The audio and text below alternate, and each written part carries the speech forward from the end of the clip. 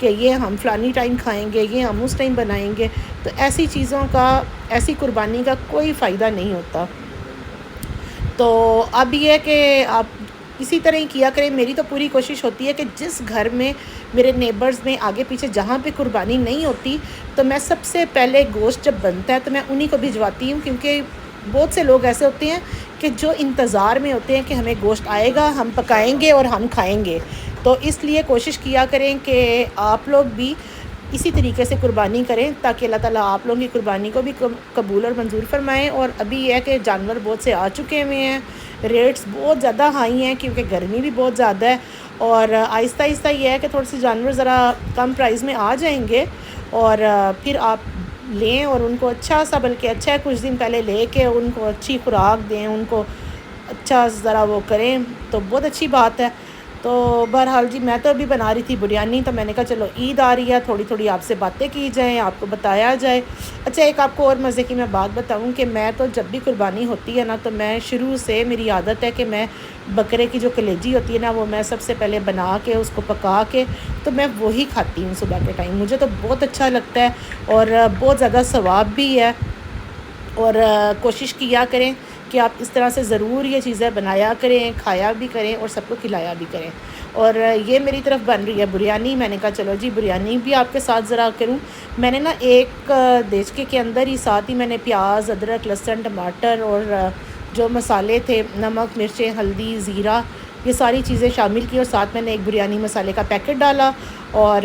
اس کو میں نے ساتھ رکھ دیا، اور تھوڑا سا اس کو اچھی طرح سے بھون کے اس میں تھوڑا پانی ڈالا تاکہ پیاز ٹماٹر گل جائیں، اور دوسری طرف میں نے چکن کو فرائی ہونے کے لیے رکھ دیا۔ جیسے ہی میرا چکن فرائی ہوگا اور یہ مسالہ تیار ہوگا تو میں یہ سارا کچھ بیچ میں شامل کروں گی، اور ساتھ ہی پھر میں نا دوسرے دیچکے میں چاول بوائل ہونے کے لیے رکھ دیتی ہوں۔ تو یہ آپ یقین کریں کہ تقریباً 35 سے 40 منٹس میں بریانی فٹافٹ تیار ہو جاتی ہے۔ میری عادت ہے کہ میں بریانی بناتے ہوئے نا تینوں چولہے آن کر دیتی ہوں، ایک طرف مسالہ تیار ہو رہا ہوتا ہے،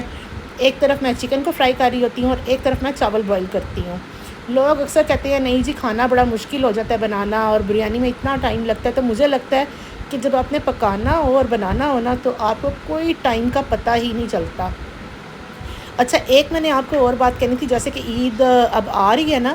تو ٹماٹر جو ہیں وہ آج کل بہت زیادہ سستے ہوئے ہیں، تو ٹماٹروں کو آپ لے کے اس کو اچھی طرح سے گرائنڈ کر کے اس کی پیوری بنا کے آپ لوگ رکھ دیں، فریز کر دیں۔ تو اس لیے کیونکہ آگے جس طرح ٹماٹر مہنگے ہوں گے تو آپ کے پاس ٹماٹر پڑے ہوں گے، آپ فریزر میں سے نکالیں اور ان کو بنا لیں اور اپنے کھانے میں شامل کر لیں۔ اب میں یہ بھی آپ کے ساتھ نا کل ضرور شیئر کروں گی، ویسے میں نے رمضان میں نا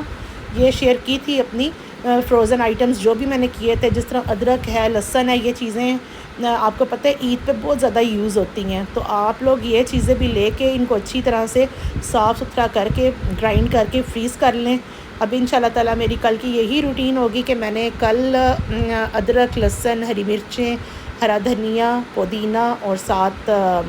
ٹماٹر، یہ سب چیزیں بنا کے رکھنی ہے، اور وہ بھی میں نے صرف ان شاء اللہ تعالیٰ عید کی تیاری کے لیے ہی کرنی ہے۔ اب میں کل سے عید کی تیاری کروں گی، آپ نے میرا وہ ولاگ بھی ضرور دیکھنا ہے، اور میں ٹائم پہ اسی لیے اپلوڈ کر دوں گی تاکہ سب کو پتہ ہو۔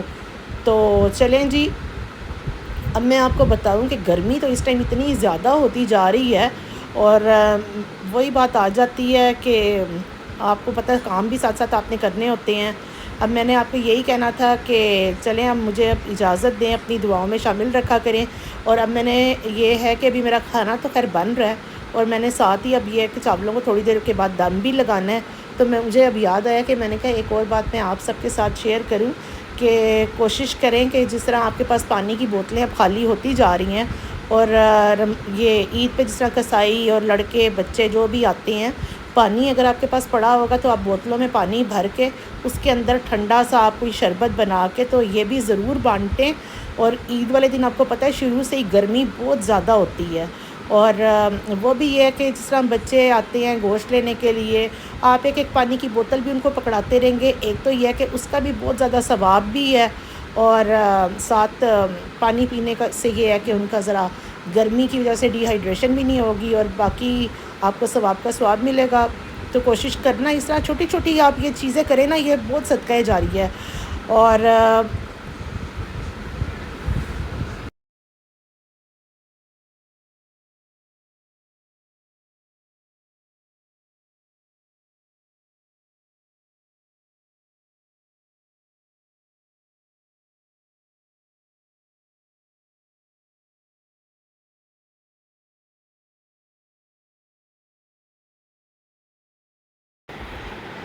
چلیں جی، یہ دیکھیں اب میں نے نا اپنا